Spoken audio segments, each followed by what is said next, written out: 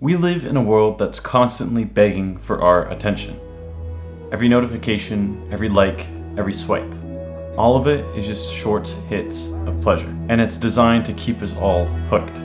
But what if I told you that there's a way that you can break from the cycle? To break out of this constant loop of dopamine. But it's a dopamine detox that no one talks about.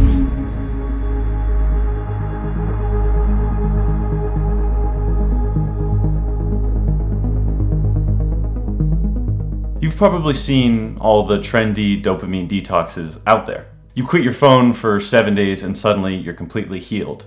But in reality, it doesn't work like that. And in actuality, you're setting yourself up for failure. A real detox isn't about getting rid of dopamine completely. It's simply about controlling it. And it's about switching from destructive dopamine to constructive dopamine. Destructive dopamine entails eating junk food, scrolling on Instagram or TikTok, or even binge watching Netflix or YouTube. But constructive dopamine is something entirely different. It's about going to the gym, it's about reading a book, and it's about creating something instead of consuming. Dopamine isn't the reward itself. Dopamine is a chemical that is just about motivation. It's the chemical of motivation, anticipation, and drive. Neuroscientists call this the molecule of more, because it's released when you are about to get something, not when you're actually getting it into your body. Dopamine is produced in the midbrain, mainly in the region called the ventral tegmental area. From there, dopamine travels to all regions of the brain, including the prefrontal cortex, which is an area responsible for goal pursuit, decision-making, and focus. This is what makes dopamine so powerful. It drives your desire to act. Every time you see an unread notification, you receive a like on Instagram, or a new video pops up on YouTube, your brain releases a burst of dopamine, and it's basically telling your brain, go get it. But the trap of dopamine is this. The more that you scroll and the more that you eat junk food and the more that you get those short hits of high dopamine, the lower your dopamine baseline gets. Your dopamine baseline is basically just your default mood. And the more often you stimulate your brain with high, short spurts of dopamine, like scrolling junk food and watching YouTube, your brain starts to expect constant stimulation from outside forces. And when you get your baseline for dopamine reduced, your overall mood reduces as well. But your threshold for dopamine raises. This means things like reading, talking to a friend, or working become monotonously boring. But it's not because that they are boring. It's because it doesn't flood your brain with all that cheap dopamine you get from all those other things in your life. But that's why cutting dopamine isn't the answer. Because we all need dopamine to survive. Because it fuels ambition, learning, and love. So instead of training your brain to get dopamine from consuming all of the content online and consuming all the food that you shouldn't be, your goal should be creation.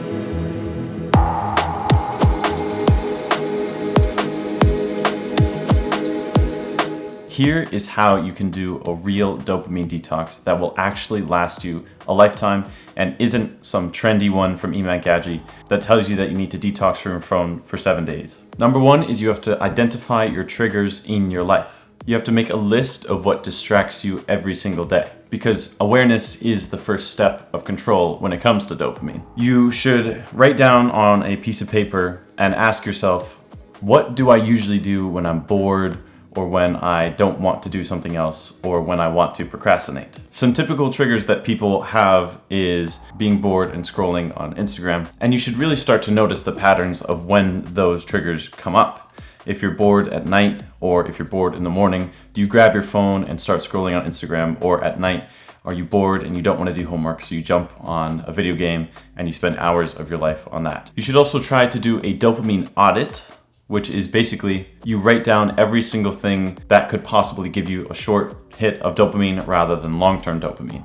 And once you spot them in your life, and once you've noticed them after you've journaled about this, and you notice yourself getting those short hits of dopamine, don't judge yourself, just observe what's going on. This is the same way that meditation works. When you're meditating, eventually some thought or some way of thinking will come into your mind, and trained people who do meditation will just observe it and not judge themselves and quickly move back to something that grounds them, which is usually the breath. So don't judge yourself whenever you find yourself scrolling on Instagram or going on YouTube. Just observe yourself doing it and maybe go back to your work. Before we continue, I just want to take a moment to advertise my completely free mini course that I've made for all of you. It's called NOMADIC, and it's basically a free mini course telling you exactly how to start a business and how to scale it and how to work from anywhere in the world. If you want to join, it's the first link in the description down below. And like I said before, it is completely free. But now back to the video. Number 2 is you have to set boundaries with yourself, because willpower is very, very temporary, but systems that you put in place are forever, or at least however long you put them in place. You can use app blockers like Opal or even your default screen time limiter on your phone. For me personally, I just delete all social media from my phone whenever I find myself going on it too much or I just want some sort of break from social media altogether.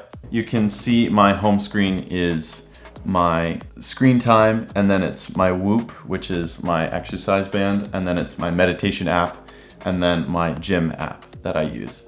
And that's the only home screen that I have. I don't really have anything else on my home screen at all. That's just it. And then I have like a cool background that makes me motivated. You can also move your phone to a different part of your house or different part of your room while you're doing work. I find that even if I just chuck my phone on my bed and leave it for whenever I'm doing work, I tend to not think about it as much because literally out of sight, out of mind. You also want to turn off all notifications. This is, some would say optional, but for me, I turn off all non-essential notifications. So every single notification that's not my meditation notification to tell me when to meditate, or messages or calls, I don't have a notification for. I don't have a notification for Instagram. When I have it, don't have a notifications for really anything. And when it's boring at first, now that I've had it, now that I don't have notifications and I haven't had them for, I want to say about a year now.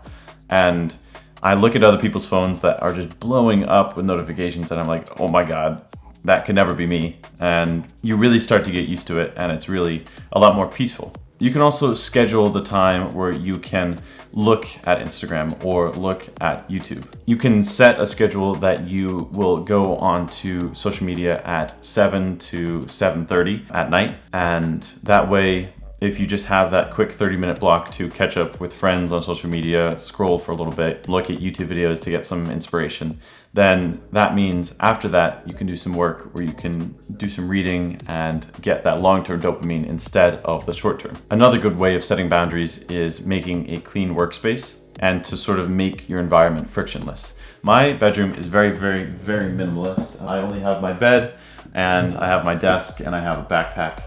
And that's really it. I try to clean my room as much as possible because a cluttered space is a cluttered mind, in my opinion. And if you have a clean room, then you will be able to think more clearly and you'll be able to get work done without getting distracted by certain things in your room. And the last way to set boundaries is to tell your friends that you're doing this, because social pressure helps you commit to things. I've told my friends that I'm going off of Instagram and then they'll see me scrolling on Instagram about a week later and they'll be like, what? I thought you were going off of social media. And I'll sort of feel a little bit of guilt in myself, and that'll make me more motivated to continue with building those systems and making sure I don't get those quick hits of dopamine on social media. But you can't just cut out all these dopamine triggers. You need to channel them, because if you cut all of this out of your life, your body will go into shock and you will not be able to stay off of Instagram or stay off of YouTube or stay off of video games. So maybe instead of using the 7 o'clock to 7:30 block to check social media, maybe you can use that to just read 5 pages of a book. That's really helped me. When I first started getting back into reading, I just read 5 pages a day. And that was really good for me because it was a short hit of being bored, in my opinion, when my brain was absolutely cooked and fried with all this dopamine stuff that was going on around me. Now I can read comfortably for an hour, 2 hours without being bothered at all. Another way of replacing some dopamine triggers is you can journal or you can create some art. I love journaling, especially when I need to think about a decision that I am going through. It helps me determine what my decision may be, or it makes me think about certain things that I might have not thought of before. And creating art, in my opinion, is the best way to get long-term dopamine. You can get dopamine from making this content, and you can get long-term dopamine from building something such as a brand or business, or even a good piece of art over a long period of time. And it really helps reset your dopamine cycle. Also, a really, really good way of gaining new habits, instead of the high dopamine habits that you have already in place, you can gamify your experience. I did this when I was first starting to make my change. I used an app called Habitica, and it's basically I've talked about it before, you basically gamify your experience and you make it so that your habits will make you power up, or level up I should say, and you can get sort of some tools and gears and fight bosses with your friends. You can ask yourself, what feels as rewarding as going on TikTok or Instagram but improves me in a certain way? This could be running for a long time or going to the gym. If you're at the very start of your dopamine detox lifestyle, then I would have you consider what's called a reward loop.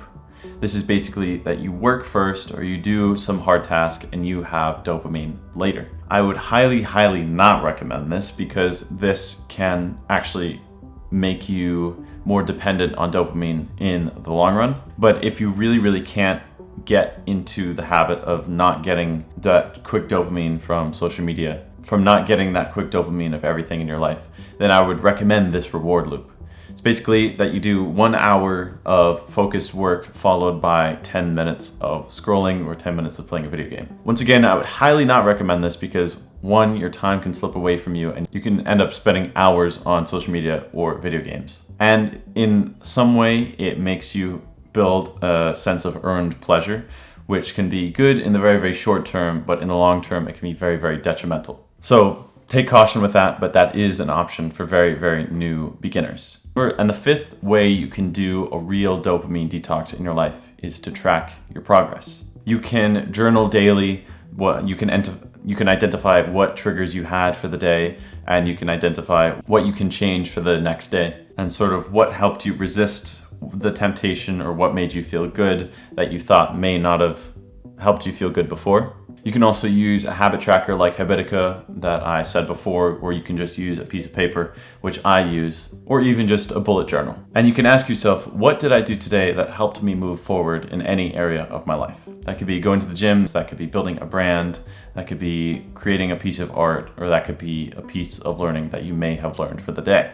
And make sure to rate your days on a scale of 1 through 10 for clarity. And you really have to realize that progress does compound over time, and reflection turns seemingly random action into mastery. So start your day with things that move your life forward: workout, reading, building a skill. Go for a walk without your phone, reconnect with nature, and build a life that you're proud of. If this video gave you a new perspective on the dopamine lifestyle, subscribe for more, and make sure to look at my other videos, which could be very helpful for you in the future. Thank you so much, and I'll see you on the next one. Bye-bye.